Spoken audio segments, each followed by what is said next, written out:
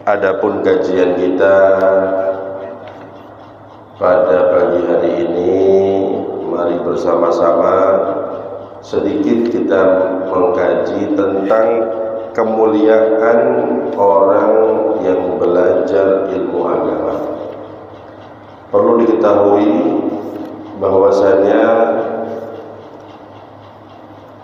orang yang belajar ilmu agama, mereka adalah orang-orang yang dikehendaki kebaikan oleh Allah Subhanahu wa taala.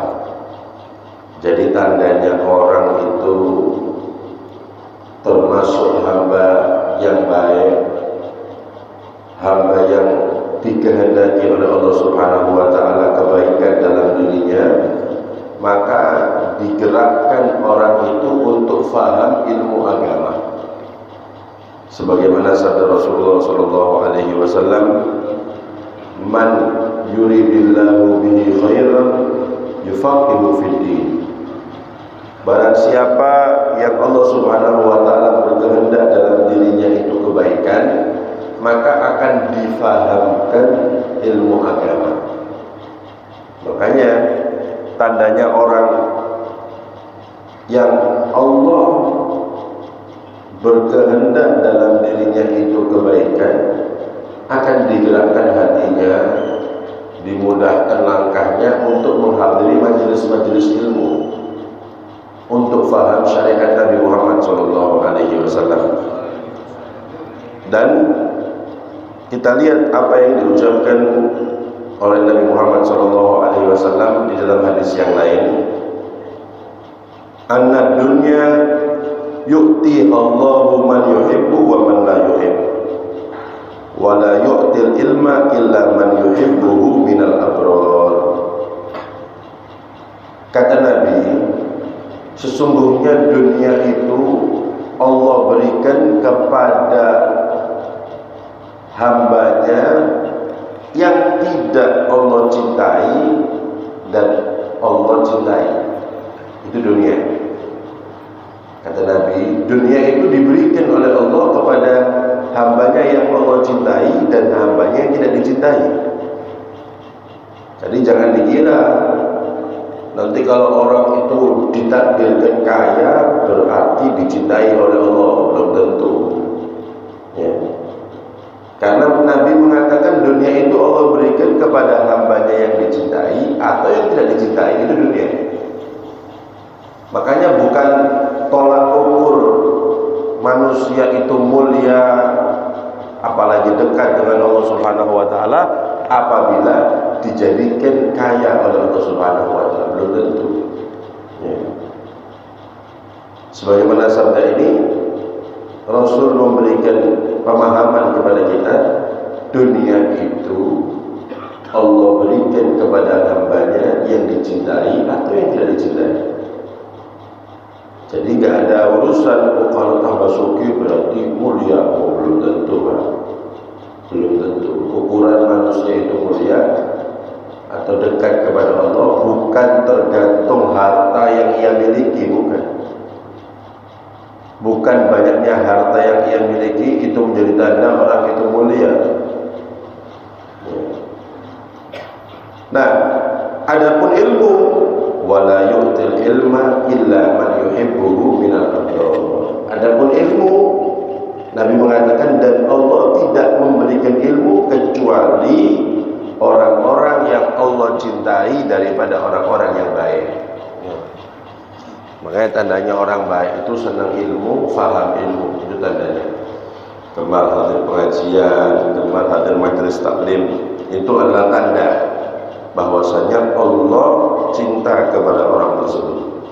Mudah-mudahan kita diberikan keistiqomahan untuk menghadiri majelis-majelis ilmu. Amin. Allahumma amin ya rabbal alamin. Bahkan perkataan Al-Imam Syafi'i, man la yuhibbul ilma la khaira fi. Orang yang enggak suka ilmu, kata Imam Syafi'i, itu orang enggak ada kebaikannya. Orang enggak suka ngaji, enggak suka hadir majelis taklim, itu orang enggak ada kebaikannya. fala takun bainaka wa bainahu ma'rifah wala shadaqah. Maka nasihat Imam Syafi'i, kamu nggak usah kenal sama orang itu, apalagi dijadikan teman dekat. Kalau sudah orang tidak suka ngaji, tidak suka hadir majelis taklim, itu kata beliau tidak ada kebaikannya. Percuma Pak, kita berteman dengan orang yang nggak baik, percuma, nggak ada kebaikannya. Apa yang bisa kita ambil manfaat dari dirinya? Kita berteman dengan seseorang yang bisa memberikan kita manfaat, khususnya manfaat untuk urusan akhirat kita, mengingatkan ngaji, sholat, ya, memotivasi untuk amal soleh. Nah, kita teman sama orang seperti itu, manfaat. Atau mungkin manfaat urusan dunia, ya. Tapi kata Imam Syafi'i, orang yang nggak suka pengajian, nggak suka ilmu, itu nggak ada kebaikannya. Makanya nasihat beliau, fala takun bainaka wa bainahu ma'rifah wala shadaqah. Jangan kamu kenal dengan orang itu, apalagi dijadikan teman akrab. Fa innal ilma hayatul qulub wa misbahul basair. Karena kata Imam Syafi'i, ilmu itu adalah kehidupan untuk hati-hati. Hati kita akan hidup kalau kita isi dengan ilmu-ilmu agama, ya. Mata hati kita itu akan menjadi terang kalau kita belajar ilmu agama, ya. Jadi hati kita ini akan terang, caranya bagaimana? Dengan kita isi dengan ilmu, dengan hikmah. Makanya dulu pernah Luqman Al-Hakim, beliau berwasiat kepada anaknya, ya bunayya jalisil ulama wa zahimhum bi rukbatayka fa innallaha yuhyil quluba bi nuril hikmah kama yuhyil arda bi wabilis sama. Kata Luqman Al-Hakim, wahai anakku, duduk kamu dengan ulama. Ini nasihat beliau kepada anaknya, ya. Dan di sini bisa kita pahami para hadirin, ya.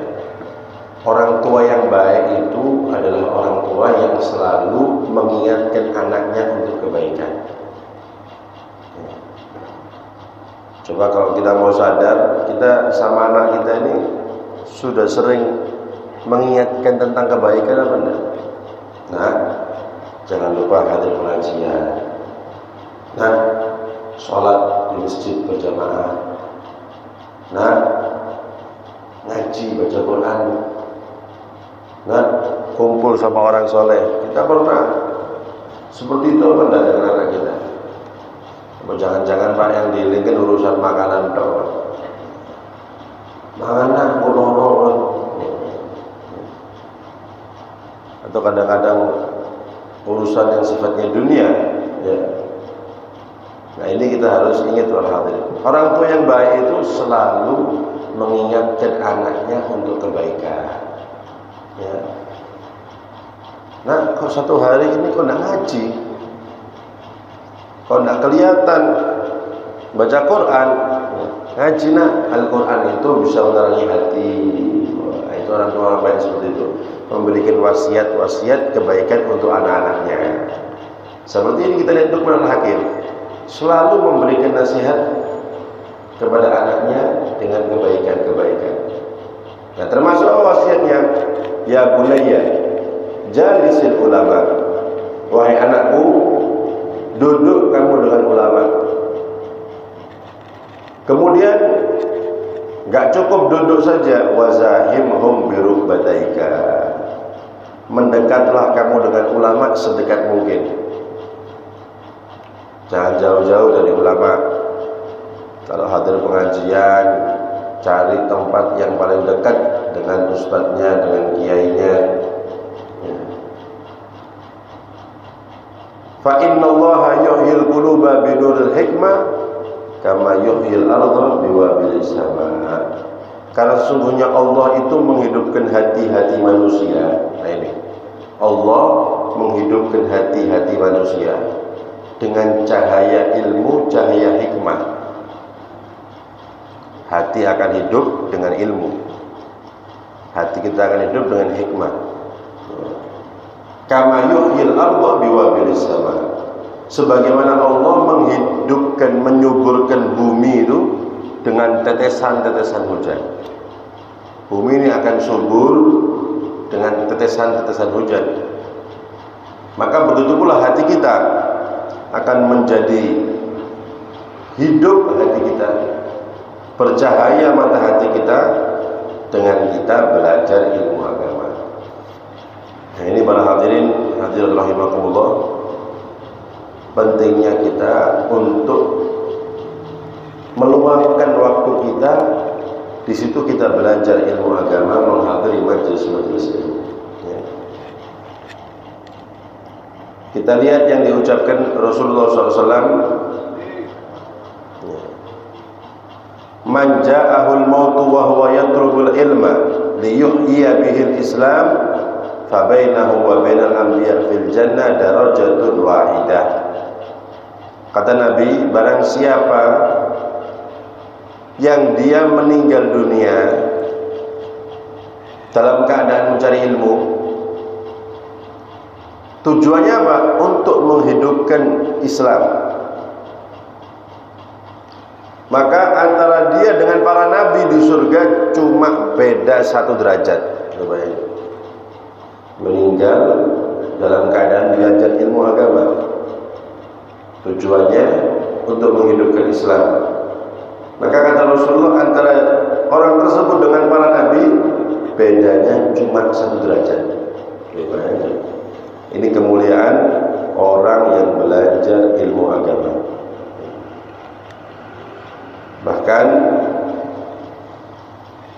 dalam hadis yang lain dari sahabat Anas bin Malik radhiyallahu taala anhu, dari Nabi sallallahu alaihi wasallam, dari sahabat Anas bin Malik. Sahabat Anas ini Pak, khidmah dengan Rasulullah kurang lebih 10 tahun ya. Menjadi pelayannya Nabi Muhammad sallallahu alaihi wasallam. Mendapatkan keberkahan banyak dari Rasulullah sallallahu alaihi wasallam. Kalau Malik bin Anas itu gurunya Imam Syafi'i. Anas bin Malik sahabat Nabi. Nah, beliau mengatakan dari Rasulullah SAW, sahabat Anas, man kharaja fi talabil ilmi fahuwa fi sabilillah hatta yarji. Barang siapa yang keluar dari rumahnya tujuannya untuk belajar ilmu agama, dengan dari rumah datang ke sini untuk ngaji, dari rumah datang ke majelis taklim untuk menimba ilmu, maka Rasul mengatakan, maka dia dianggap berperang di jalan Allah, pahalanya maksudnya, sampai dia pulang. Bayangkan pahalanya seperti kita ini berperang di jalan Allah. Sampai kapan? Sampai pulang. Kalau hadir pengajiannya lama, berarti lama Pak pahala perangnya. Nah, sedikit tak, ya sedikit tak, kan gitu ya. Tergantung. Kalau ngajinya lama, otomatis pahala yang kita dapatkan tambah banyak dari Allah Subhanahu Wa Taala. Tapi kalau sedikit tak, kesuwen ya ini Ustaz tinggal aja. Ya berarti pahalanya juga sedikit. Ya. Bahkan disebutkan dalam kitab Tuhfatul Ashraf, man mata wa huwa yatlubul ilma yuqayyidullahu lahu man yu'allimuhu fi qabri ila an yab'athallahu 'aliman. Barang siapa yang meninggal dalam keadaan belajar ilmu agama, maka Allah Subhanahu wa taala akan menjadikan untuk dia malaikat yang mengajari dia di kuburannya sampai nanti ketika dia dibangkitkan dalam keadaan orang yang alim. Orang meninggal dalam keadaan belajar ilmu agama, nanti Allah akan memerintahkan malaikat di kuburannya untuk mengajari orang itu, sehingga nanti ketika dibangkitkan di hari kiamat, status orang ini adalah alim, orang yang faham, alim ilmu agama.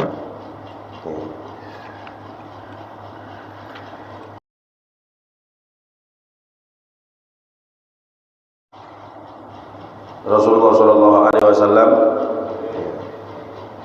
banyak juga menjelaskan tentang kemuliaan para ulama, orang yang belajar faham ilmu agama. Lamma qarubat wafatul Mustafa sallallahu alaihi wasallam, dhajjatil ardu bil buka ila maulaha wa qalat ya rab kanat anbiya'u tamshi ala dhahri faman yamshi ba'dahum ala dhahri. Ketika Rasulullah SAW mau wafat, ya, maka bumi itu menangis pada hati dan mengadu kepada Allah Subhanahu wa taala, ya Allah, dahulu para anbiya itu berjalan di atasku, kata bumi.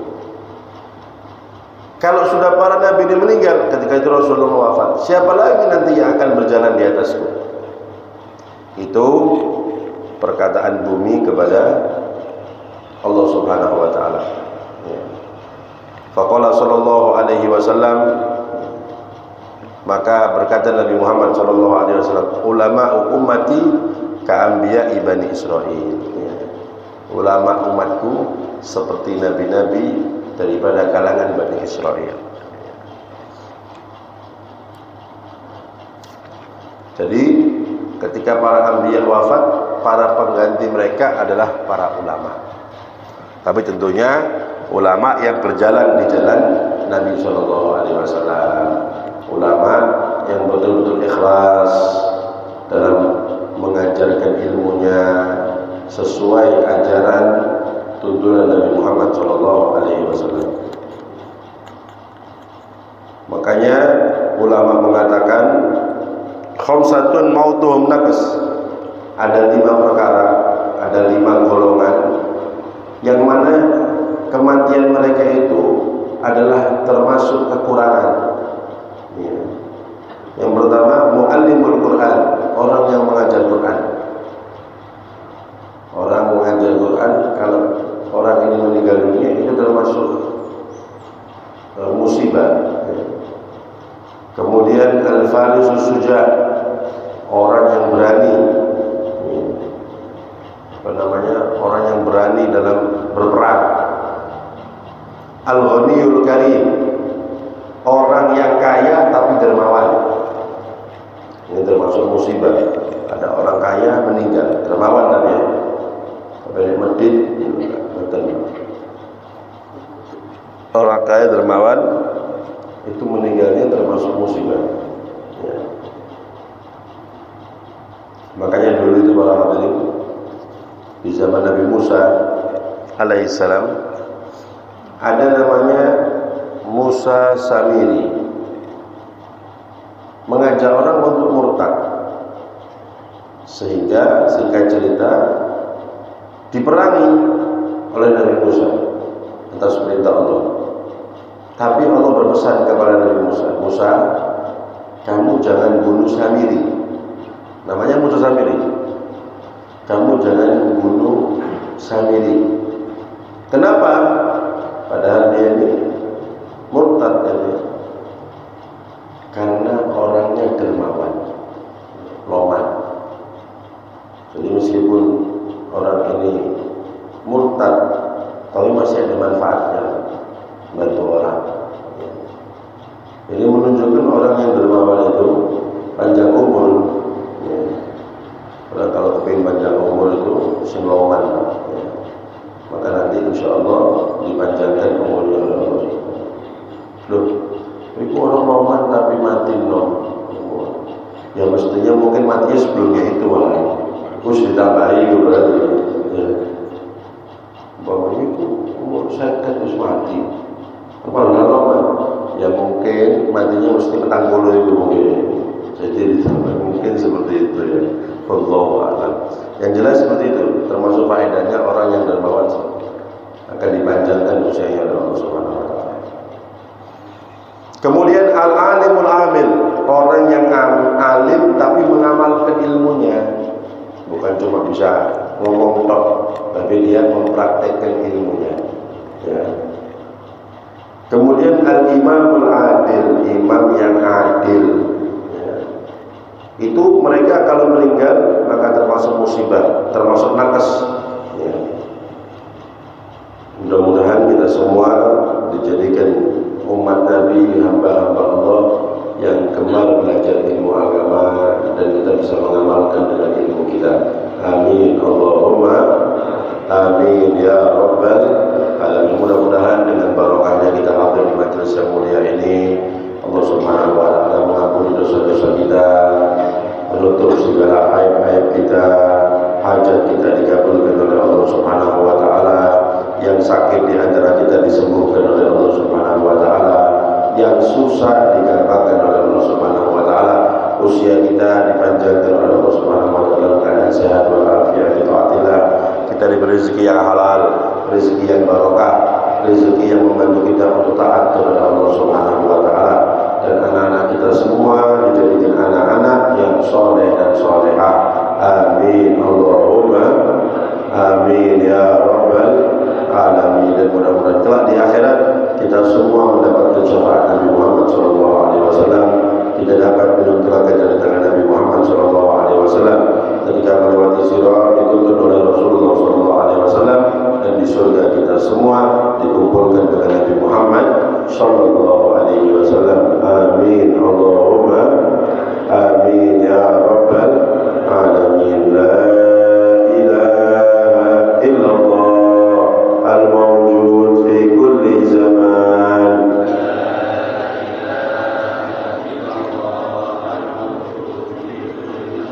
La ilaha illallah al-ma'bud fi kulli makan.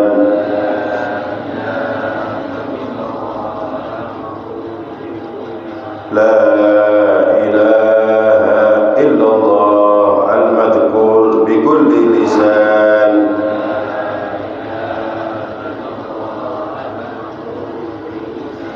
La ilaha illallah al-ma'ruf bil ihsan.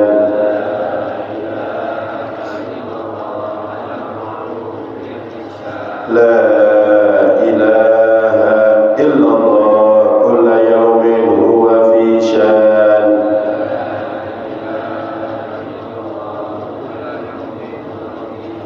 La ilaha illallah al-aman, al-aman min zawalil iman.